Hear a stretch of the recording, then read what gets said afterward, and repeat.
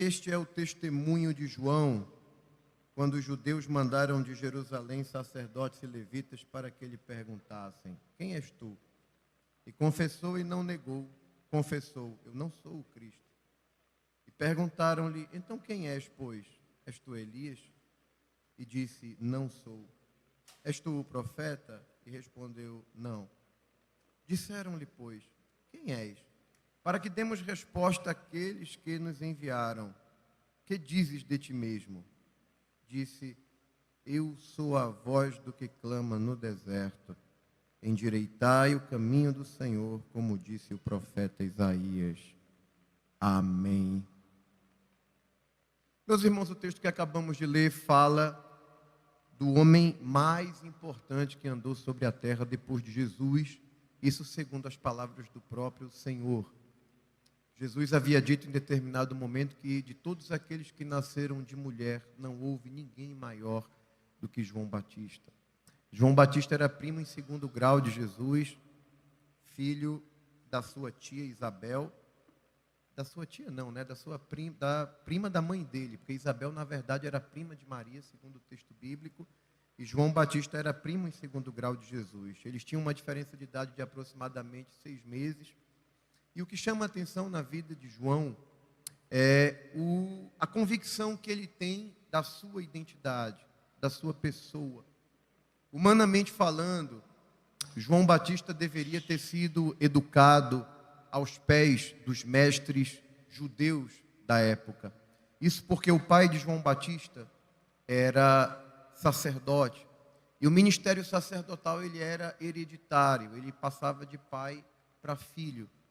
A lógica humana, a razão, diria que quando João começasse a caminhar, começasse a falar, ele deveria ser imediatamente preparado pelo seu pai para, no determinado momento, exercer o ministério sacerdotal. Mas os caminhos de Deus para João eram completamente diferentes. João não foi para os grandes centros acadêmicos, não foi para as universidades judaicas daquela época, não foi aprender aos pés de Gamaliel.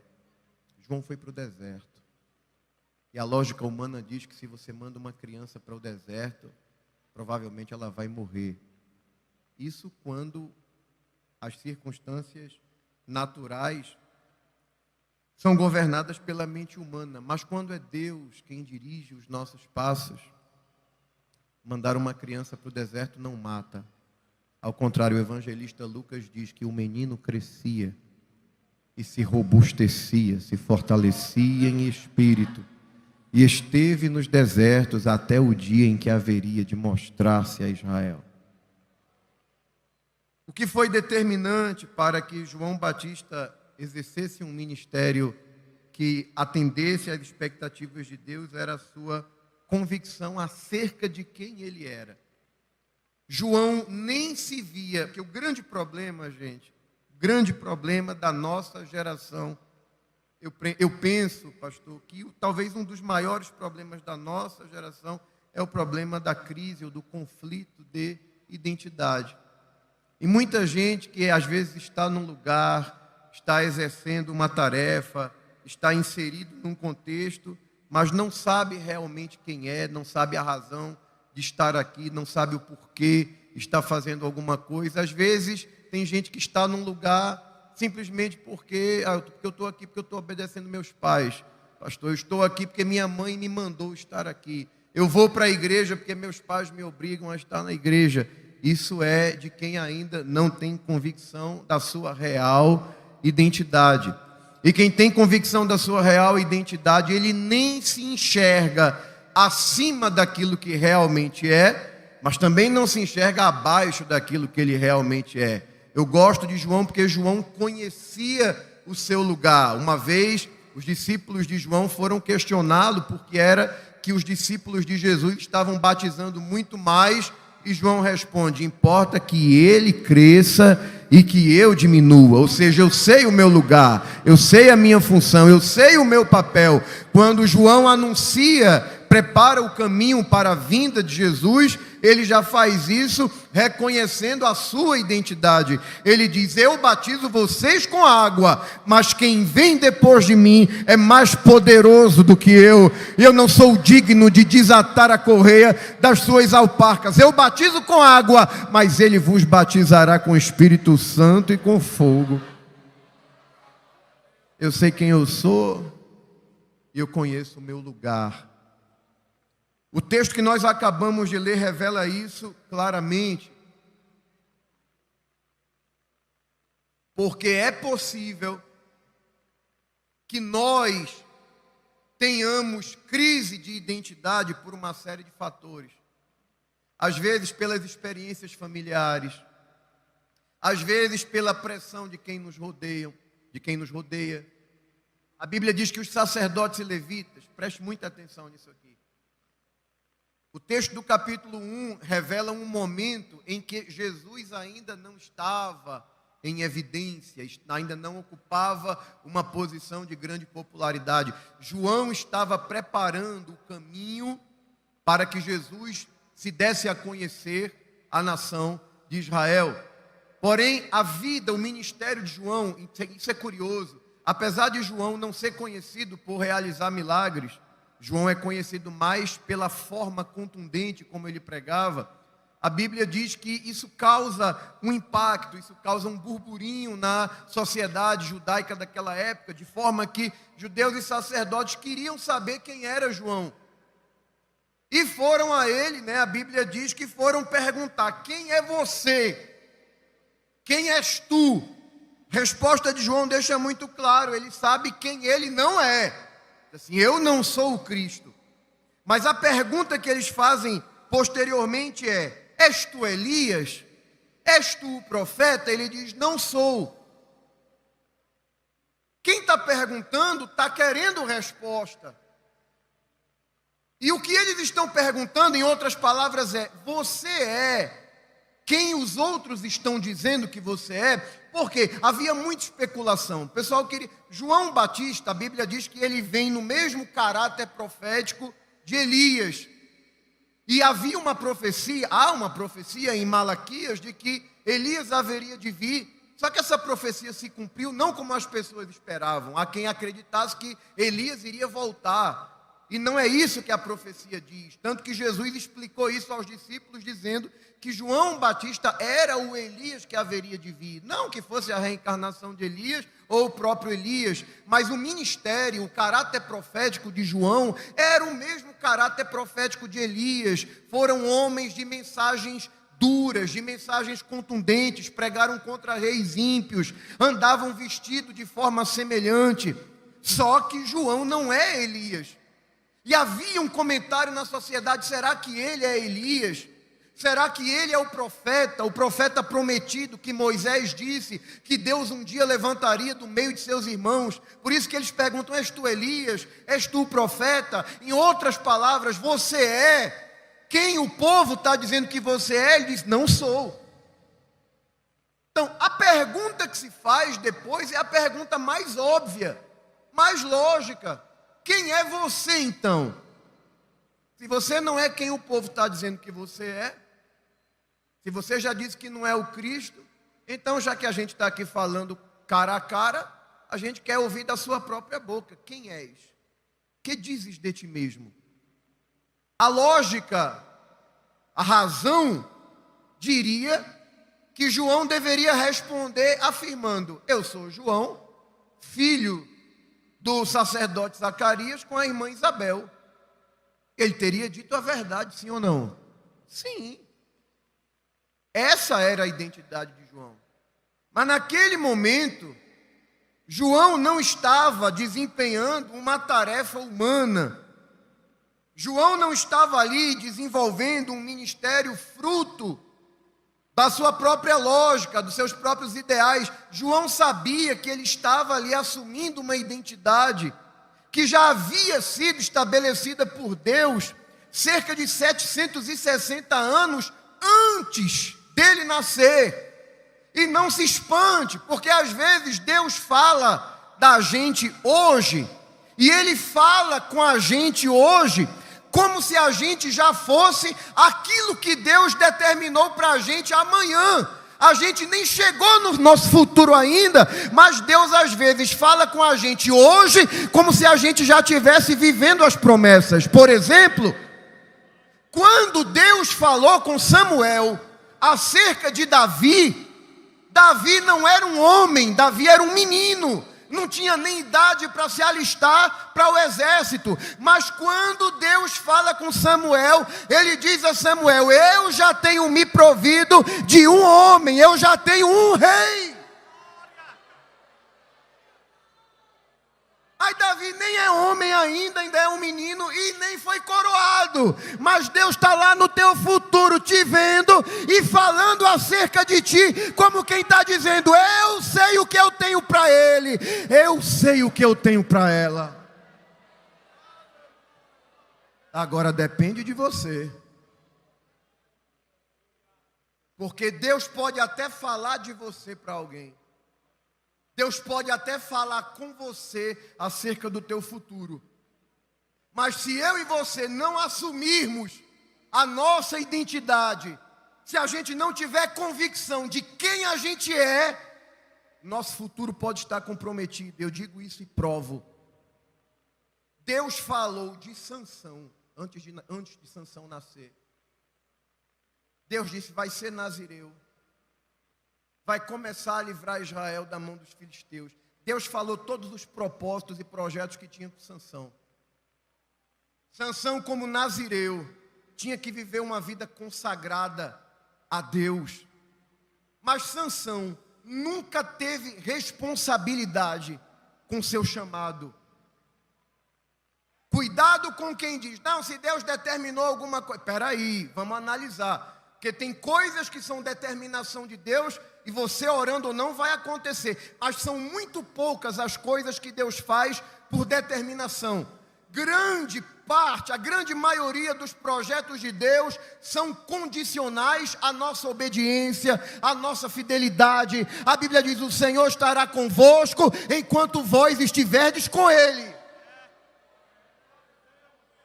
Deus pode ter as promessas mais lindas para você, mas se você não leva Deus a sério, não pense que Ele vai te levar a sério. Sansão nunca levou a sério o seu chamado. Um nazireu não podia tocar em cadáveres. Ele tinha matado um leão, depois de um tempo encontra um favo de mel lá no cadáver do leão. Ele vai lá e pega, e vai comendo, e não está nem aí. Sansão não respeitava seus pais. Sansão era um homem carnal, guiado pelos seus olhos. Quando decidiu uma coisa, o pai dizia: mas rapaz, não tem menina no seu povo? Não, mas eu quero essa porque ela agrada os meus olhos. Era guiado pelos olhos, não respeitava pai e mãe. E você sabe como foi que Sansão terminou? Brincou com as coisas de Deus, brincou com o chamado de Deus. Terminou servindo como palhaço no palácio de Dagom, a abominação dos filisteus, com os seus olhos vazados. Eu pergunto, era esse o propósito de Deus para Sansão? Nunca foi. O propósito de Deus para Sansão era que Sansão fosse um juiz de Israel, um grande libertador. Deus investiu pesado em Sansão.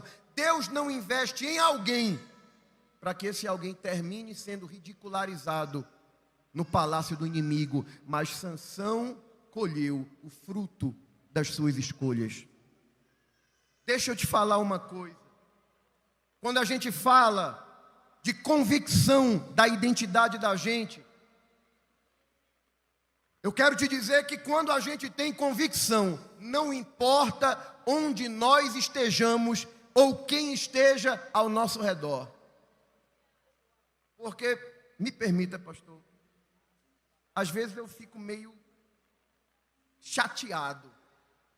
Às vezes eu tenho dificuldade de escutar certas coisas. E você vai me entender. Às vezes eu escuto alguém dizendo: ah, pastor, ore por fulano. É o único crente na casa dele. O pai é um drogado. A mãe é um alcoólatra. E só ele é crente na casa dele. É muita luta. Eu digo, tá, eu não estou dizendo que não é para orar. A gente ora porque ora. Mas às vezes eu vejo pessoas achando que porque alguém está numa condição muito difícil, é mais difícil se firmar. E nem sempre é assim, porque eu conheço gente que tinha tudo para dar certo. Nasceu num ambiente cristão. A mãe, às vezes, dirige círculo de oração, é mulher da comissão, às vezes o pai é obreiro, a família é toda crente. Ele tem tudo para conduzir ele para perto de Deus. E ele simplesmente não quer nada com as coisas de Deus. Tem gente assim ou não tem? Eu aprendi na escola dominical com um dos meus professores. Ele disse a mim uma vez, eu nunca esqueci isso. Um crente, quando ele decide ser santo, quando é uma questão de convicção do coração, ele pode estar cercado de quem não presta, mas ele é santo.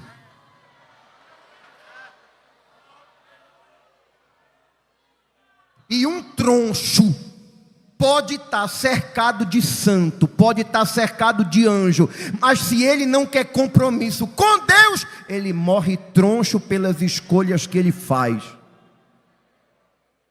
Tudo é uma questão de convicção, porque pode todo mundo dizer que você é uma coisa, e você simplesmente absorver aquilo e dizer, que eu já vi gente, pastor, dizer assim, pastor, já que está todo mundo falando de mim mesmo, então eu vou fazer mesmo.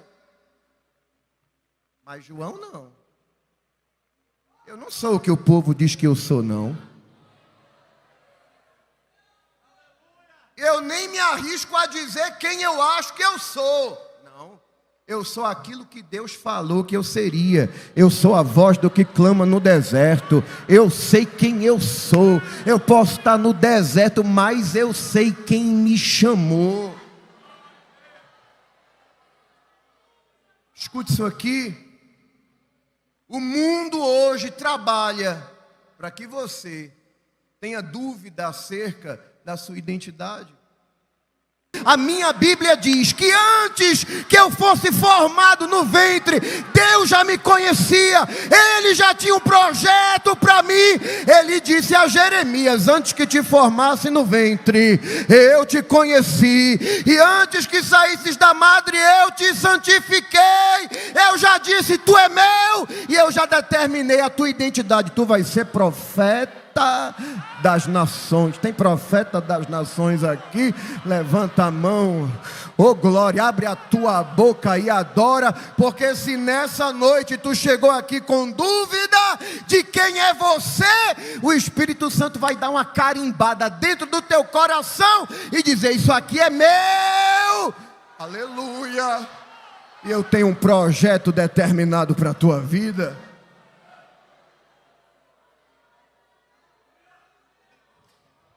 Quando você vai à universidade, quando você começa a estudar filosofia, sociologia,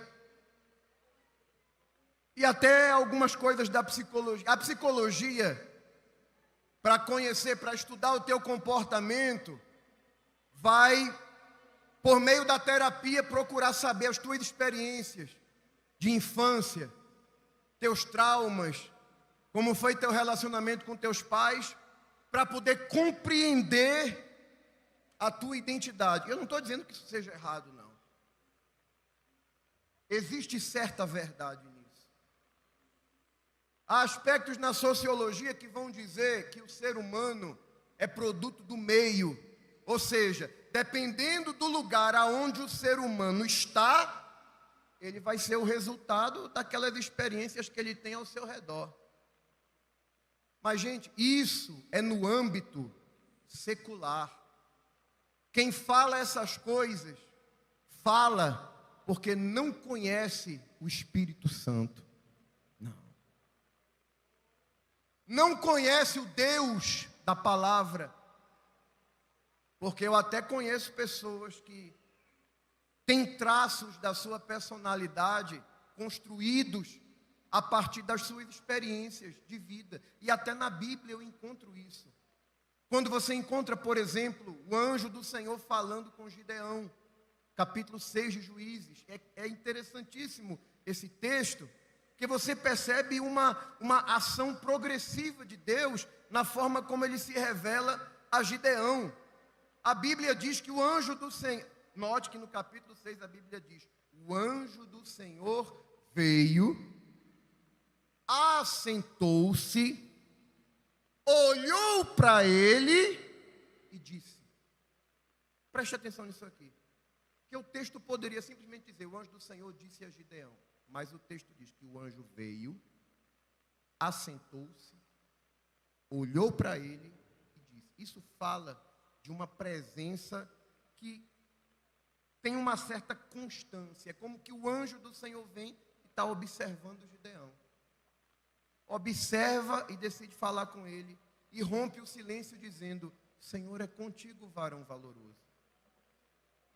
Isso é um elogio, gente, já parou para imaginar? Tu está lá lavando os pratos, de repente tu olha, está lá o anjo do Senhor ao teu lado, e ele não dá nem a paz do Senhor, ele já vai logo mexendo com a tua autoestima, dizendo, o Senhor é contigo, jovem valorosa. Valoroso aqui é corajoso, valente, destemido, exaltando as tuas virtudes. Só que o anjo do Senhor estava ressaltando virtudes que Gideão não acreditava que existissem. Porque a Bíblia diz que Gideão estava escondido. A palavra valoroso aqui não é de valor. A palavra valoroso aqui é de coragem. É o português clássico, né? Coragem. Como é que alguém pode ser chamado de corajoso se está escondido, malhando trigo no lagar? É porque Deus não olha para você como você se enxerga. E esse é o problema, é que normalmente quem tem crise de identidade está olhando para si próprio a partir da lente das experiências vividas ao longo da sua trajetória. Só que Deus olha para a gente, Deus não usa óculos, Deus não tem lente, Deus tem olhos como chama de fogo e do jeito que Ele vê a visão é perfeita. O anjo do Senhor vem, se assenta, olha para ele e diz, Senhor é contigo, varão valoroso. Gideão diz assim, se o Senhor é conosco, por que que tudo isso nos sobreveio? O que é que foi feito daquelas maravilhas que nossos pais nos contaram? Olha o que Gideão está dizendo. Gideão está meio que contradizendo o anjo do Senhor, dizendo, não, Deus não pode ser conosco. Se o Senhor fosse conosco, a gente não estava vivendo tudo isso aqui, padecendo nas mãos dos midianitas. A palavra de Deus diz, no versículo de número 14, interessante que Gideão está colocando todas as suas dificuldades, né? O Senhor nos desamparou, nos deu nas mãos dos midianitas. Isso aqui é curioso, porque o versículo 11 diz, o anjo do Senhor. Versículo 12 diz, o anjo do Senhor. Quando Gideão coloca as suas desculpas, as suas lamentações, o versículo 14, a forma como o texto é escrito muda. No versículo 14, o Espírito Santo dirige o escritor e ele não escreve mais o anjo do Senhor. Porque anjo do Senhor é uma expressão da teologia chamada teofania, que é uma manifestação parcial da divindade através da figura de um ser que pode ser visto, que pode ser ouvido, mas que não representa Deus na sua totalidade. Porém, quando chega no versículo 14, que Gideão está dizendo, Deus não pode ser com a gente, porque todo esse mal nos sobreveio, o que é que aconteceu daquelas maravilhas que eu ouvi meus pais contando para mim na minha infância, e quer saber de uma coisa, o Senhor nos entregou nas mãos dos midianitas. Versículo 14, o que é que diz? Então, o Senhor fez o quê? Olhou para ele e disse, vai nesta tua força. Por que que o texto diz, o Senhor olhou para ele? E aqui é o próprio Senhor aqui, no original, se na sua Bíblia você vai ver que Senhor tem todas as letras maiúsculas, é o tetragrama, é o nome impronunciável da divindade, Yahvé, Jeová, o Deus eu sou, que olhou para ele. Por que que o texto diz que o Senhor olhou para ele? Porque quando Gideão olhava para si, o que é que ele via? Ele via alguém que Deus não podia estar com ele, porque permitiu todas aquelas adversidades. Quando o Senhor olha para ele, é como se o Senhor estivesse dizendo, eu estou olhando para você, e eu enxergo muito bem, eu sei o que eu estou vendo, e eu sei que nessa tua força você vai. Você vai. Porque não é como você se enxerga, é como eu te enxergo. Mas olha que Gideão é cheio de traumas. Ele diz: a minha família é a mais pobre, e eu sou o menor na casa do meu pai. Sabe o que é isso? É gente que constrói uma ideia de si mesmo a partir dos traumas. Deus não pode me ver dessa forma, pastor. Minha família é a mais pobre. Eu sou o menor da casa do meu pai. A minha história de vida, as minhas experiências não me deixam acreditar que Deus pode ter alguma coisa maior na minha vida. Eu conheci o pastor Genival Bento, acho que vocês já viram, né? Lá de Alagoas, um moreninho baixinho assim. É conhecido que ele prega chorando muito, é um homem de Deus. E eu ouvi uma vez ele contando uma experiência muito engraçada, que ele era cortador de cana. E quando ele estava cortando cana dentro do canavial, ia para a congregaçãozinha dele lá, simples, lá no meio das canas. Aí uma vez Deus usou alguém em profecia para ele e disse que faria dele um pregador e que ele viajaria os 4 cantos do mundo pregando a palavra. Aí alguém que conhecia ele, sabia que isso é a expressão dele, eu já vi ele falando isso. Quando alguém viu Deus falar aquilo para mim, que sou preto, pobre e do beiço virado, alguém disse para mim: ô filhinho, não acredite em tudo que você ouve não, acho que o vaso se empolgou. Não, querido, não se empolgou não. Deus não erra seu endereço. Quando é Deus que fala, não importa quem é a tua família, não importa a tua história de vida, porque eu sei que eu estou falando, pastor, nessa noite, para jovens aqui, tem pessoas aqui que carregam traumas dentro do seu coração. Teu pai não cuidou de ti como deveria. Tem pessoas aqui que foram abandonados, não conheceram o pai. Tem pessoas aqui que sofreram traumas, coisas que você não pode abrir o seu coração e contar para ninguém. E talvez por causa dos teus traumas, das tuas decepções, das palavras de maldição que alguém te falou, dizendo que você é burro, dizendo que você nunca vai ser amado. Eu venho da parte de Deus dizer que toda palavra de maldição dita contra a tua vida cai por terra nesta noite. Não são as tuas experiências da infância, não importa quem é a tua família, se vive na classe alta ou se vive lá na favelinha de chão de alegria, Deus te conhece, te trouxe aqui para dizer: eu tenho algo contigo. E não importa o teu passado, não importa a tua história, não importam as feridas da tua alma, não é o teu passado quem vai determinar quem você será. É não. É não. É não. É não. Eu já conheci na igreja gente que tem medo de casar por causa da experiência que viveu em casa. Eu vi minha mãe apanhar muito, pastor. Eu cresci ouvindo alguém dizendo: homem não presta, homem não presta, homem não presta, por isso eu não quero me casar. Mas quem disse que tu vai dar continuidade a esse ciclo? A psicologia até pode procurar te entender por causa das tuas experiências passadas. Mas o Senhor não precisa de psicologia para traçar um projeto para você. Ele te diz nessa noite: não vos lembreis das coisas passadas, nem considereis as antigas. Eis que eu faço uma coisa nova, porventura não a sabereis. Eu vou fazer uma coisa nova, eu vou. E a coisa nova não é fazer uma roda grande e roda dentro da pequena, que eu não tenho porquê dar glória por uma informação dessa. Eu me alegro em saber que a coisa nova é Jesus pegar alguém que tinha tudo para dar errado, mas ele escolhe assim mesmo e diz: vem cá. Teu avô pode ter sido um alcoólatra, teu pai pode ter sido um alcoólatra, mas essa corrente se quebra hoje, porque o meu negócio contigo é diferente. Levanta a tua mão, crente, abre a tua boca. Gente, eu vejo gente na Bíblia que tinha tudo para dar errado.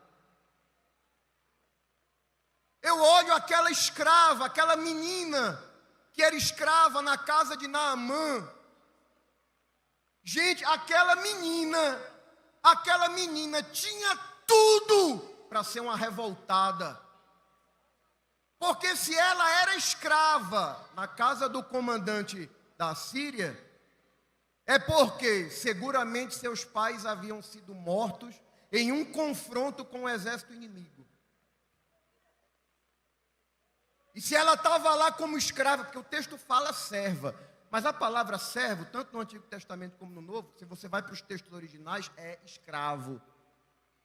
Aquela menina tinha tudo para ser revoltada com Deus, e porque Deus permitiu isso, meus pais fossem mortos, eu perdesse a minha nação, minha nacionalidade, minha terra, estou aqui como escrava. Aquela menina tinha tudo para odiar Naamã, porque Naamã era quem comandava os exércitos. Então certamente ele tinha culpa na morte dos pais ou da família daquela menina. Mas não foi aquela situação. Aquela situação pode ter deixado muitas marcas, mas não pôde mudar a essência daquela menina. Às vezes eu vejo gente, pastor, pelo amor de Deus, eu fico preocupado com essa geração da gente. Uma geração Nutella. Eu conheço homens e mulheres de Deus dessa igreja que comeram tanajura para ter força de caminhar num tempo de prova, de aflição. Meus avós foram pioneiros dessa igreja no sertão. Minha mãe conta de culto que era interrompido, chamava o nosso povo de bode, de capa preta, de nova seita. Não aceitavam meu avô ser tabelião da cidade e ser crente. Uma vez entraram no templo, quebraram um violão na cabeça dele, mas naquele tempo ninguém saía deixando Jesus por qualquer coisa. Hoje basta uma repreensão, basta uma palavra mais dura, eu já estou amuado, eu quero me cortar porque eu estou triste. Assume a tua identidade, terra, tu é crente, tu vai para o céu. Aí fica um bando de crente mufino, qualquer coisa aí eu estou triste. Mandaram eu tirar minha postagem do Instagram só porque eu postei de biquíni. Cria vergonha, rapaz. Teu corpo é templo do Espírito Santo.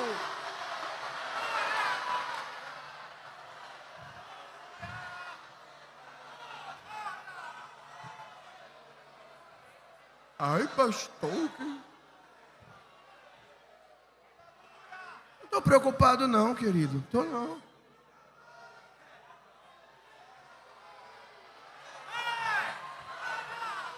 Se tu não desceu as águas ainda está em tempo. Está cheio de igreja aí que deixa você à vontade para fazer o que quer, né? Para dormir na casa do namorado, para transformar o culto em boate. É o evangelho do fim dos tempos, onde as pessoas buscam doutores segundo suas concupiscências. Ou seja, se você vai no YouTube, tem pastor e tem pastora para dizer tudo que você quer ouvir. Agora quem sabe a sua identidade, o Deus que lhe chamou e o que essa palavra diz, ele não abre mão. Sangue pode dar na canela. Eu sei quem eu sou, eu sei quem me chamou e eu sei para onde eu vou.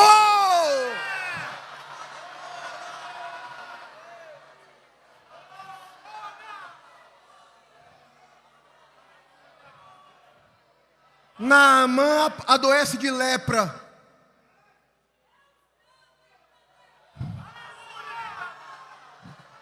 Olha aqui, escuta aí, segura aí, olha aqui para mim. Preste atenção. A menina perdeu a família, perdeu a sua pátria e está servindo como escrava. A bichinha perdeu até a infância, adolescência, estava lá como escrava. Naamã aparece leproso.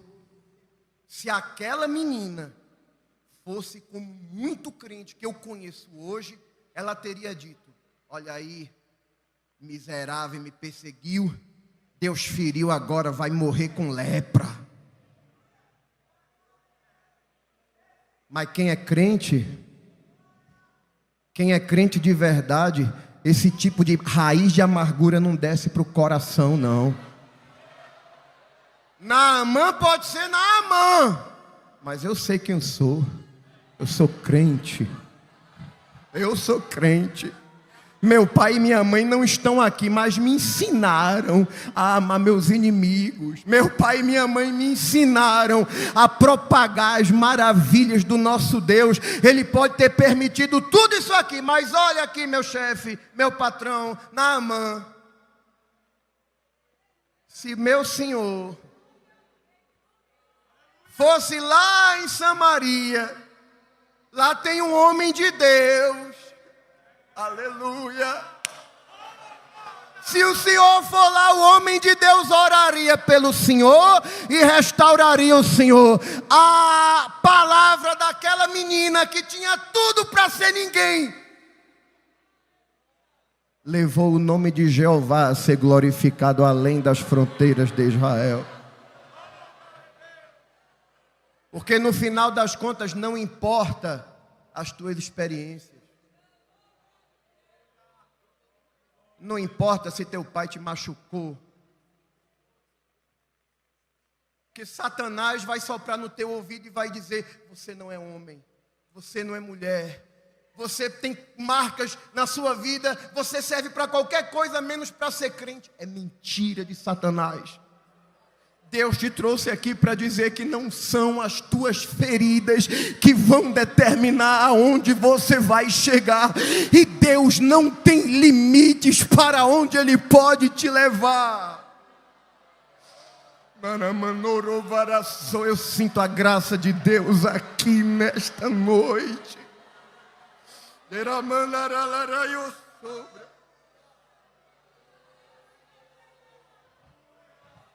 Você sabe o que era Babilônia?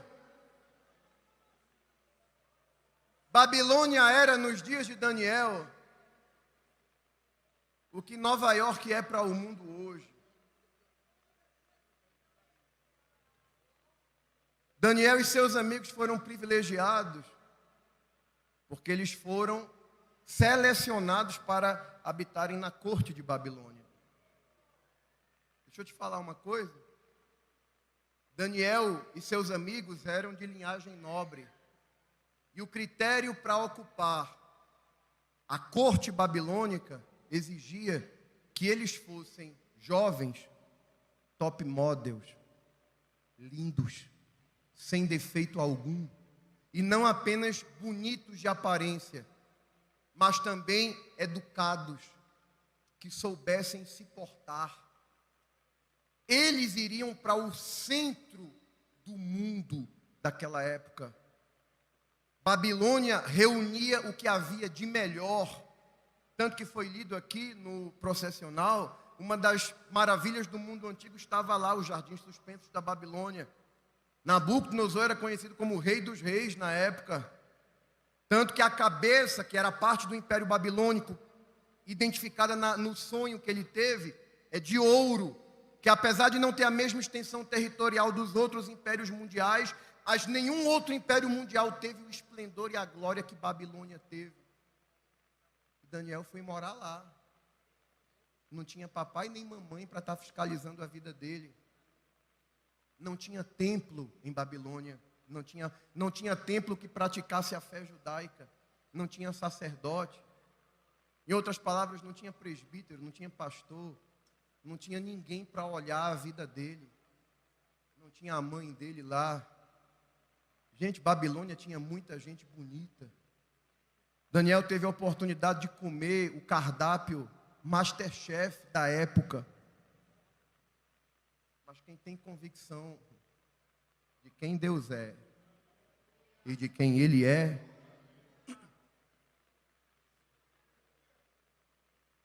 porque tudo estava a favor para Daniel pecar. Trocaram até os nomes deles.